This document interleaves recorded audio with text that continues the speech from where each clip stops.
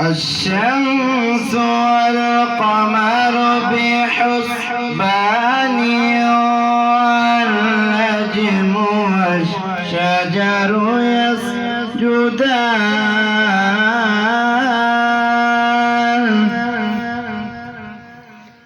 والسماء رفعها ووضع الميزان لا تطغوا في الميزان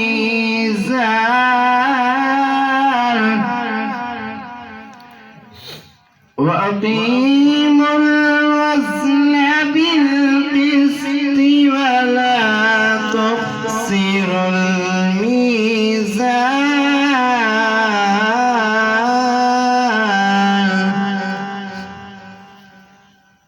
والأرض وضعها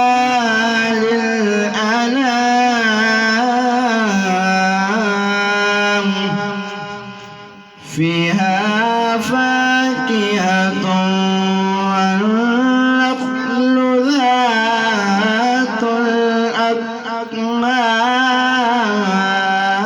الأكمام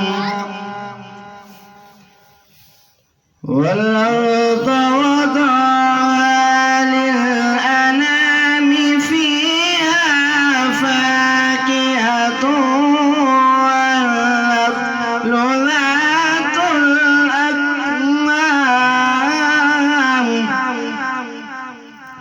والحب ذو العصف والريحان فبأي آلاء ربكما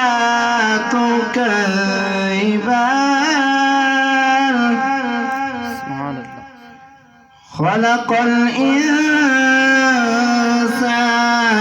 من صلصال كالفخار وخلق الجان من مارج من نار فبأي آلاء ربكما تكذبان سبحان الله. فبأي آلاء ربكما تكذبان.